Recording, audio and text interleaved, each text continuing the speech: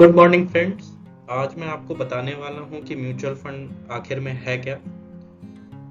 सब लोग कहते हैं म्यूचुअल फंड में इन्वेस्ट करो, बट हम में से कई लोग जानते भी नहीं है कि ये क्या होता है। तो मैं आज इस छोटे से वीडियो में आपको बताने की कोशिश करूंगा कि म्यूचुअल फंड क्या है।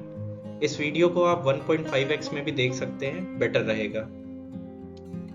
म्यूचुअल फंड एक बहुत ही एक्सेलेंट इन्वेस्टमेंट ऑप्शन है, जो कि आप अपने पोर्टफोलियो का जितना भी पैसा है उसमें डाइवर्सिफिकेशन करने के लिए आप यूज कर सकते हैं। ये जनरली मैनेज किया जाता है फाइनेंशियल प्रोफेशनल्स के द्वारा, जो कि इन्हें अलग अलग एसेट्स में लगाते हैं। ये एसेट्स ज़्यादातर या तो स्टॉक मार्केट के शेयर होते हैं, या गवर्नमेंट या कॉरपोरेट बॉन्ड होते हैं, या फिर ये कैश में रखते हैं इसे।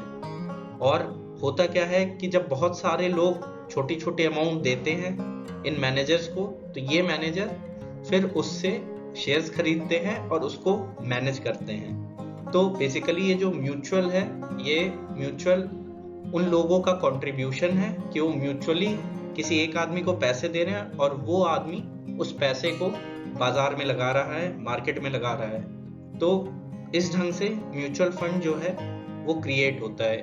इसको मैनेज करने वाली कोई ना कोई कंपनी होती है, और आपकी सूटेबिलिटी के हिसाब से ये काफी सारे अलग अलग टाइप्स में बटा होता है। इसमें जो सबसे पहला टाइप होता है उसे हम इंडेक्स फंड बोलते हैं। ठीक है, ये बहुत ही लो कॉस्ट होता है क्योंकि ये इंडेक्स को ट्रैक कर रहा होता है। इंडिया में बेसिकली दो इंडेक्स हैं जो कि बहुत ज्यादा यूज होते हैं।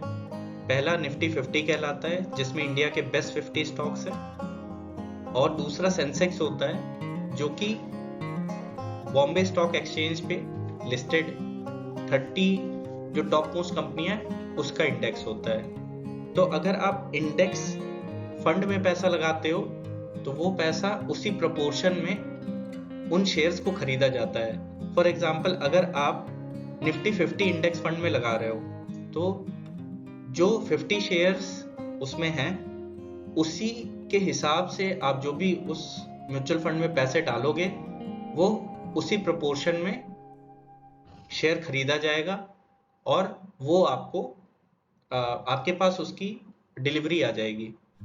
अब ये लो कॉस्ट इसलिए होता है क्योंकि इसमें किसी को कोई ज्यादा दिमाग नहीं लगाना होता है।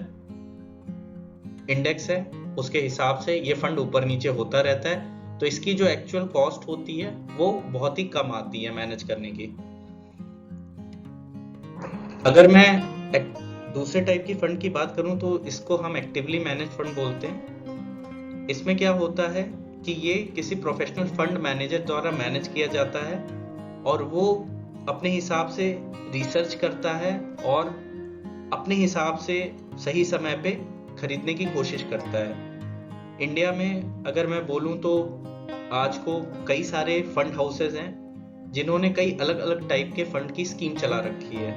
अब ये डिफरेंट टाइप्स के जो फंड हैं ये जनरली डिवाइडेड होते हैं large cap, mid cap, small cap, flexi cap, फिर आपका टैक्स बचाने के लिए ELSS, और भी डेप्ट म्यूचुअल फंड, ऐसे कर करके बहुत सारे ऑप्शन होते हैं। तो आपको क्या सूट करता है उसके हिसाब से आप किसी भी फंड या किसी भी थीम को चूज कर सकते हैं।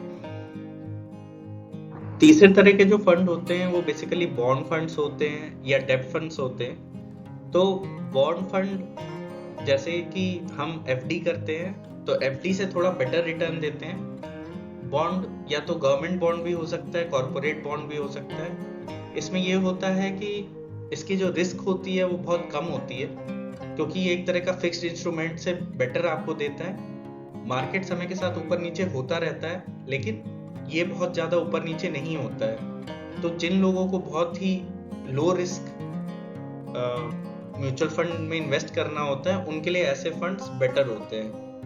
तो आप ऐसे कई सारे फंड्स इंडिया में अवेलेबल हैं, आप देख सकते हैं। इसके अलावा कई सारे इंटरनेशनल फंड्स भी होते हैं, जैसे कि आप अगर चाहो तो US के मार्केट्स में इन्वेस्ट कर सकते हो म्यूचुअल फंड के थ्रू। आपको USA में जाके कोई अकाउंट नहीं खुलवाना पड़ेगा। तो बेसिकली वो क्या करते हैं, वो आपसे पैसा लेते हैं और वो जाके यूएस के मार्केट में लगाते हैं। तो ऐसे फंड्स इंटरनेशनल फंड्स कहलाते हैं। इंटरनेशनल फंड्स का जो चार्जेस होता है वो सबसे ज़्यादा होता है। रीज़न बीइंग ये है कि जब आप एक्सचेंज ऑफ मनी करते हो, आप रुपीस को डॉलर में चेंज करते हो, उसके चार्जेस इन्वॉल्व होते हैं और भी कई सारे चार्जेस इन्वॉल्व होते हैं। तो इंटरनेशनल फंड्स का जो एक्सपेंस रेशियो होता है वो थोड़ा हाई होता है। सबसे ज़्यादा हाई इंटरनेशनल फंड्स का ही होता है म्यूचुअल फंड में। इससे कम एक्टिवली मैनेज फंड्स का होता है और सबसे कम हमारा इंडेक्स फंड का होता है।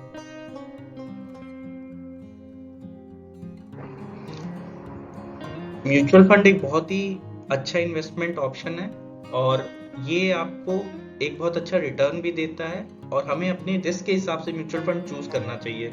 इन्वेस्टमेंट की जर्नी हम शुरू करते हैं तो सबसे बेटर हमारे लिए लो कॉस्ट इंडेक्स फंड होता है। उसके बाद जब हमें समझ में आता है तो हम अपने रिस्क के हिसाब से हम कोई भी एक्टिवली मैनेज्ड फंड खरीद सकते हैं।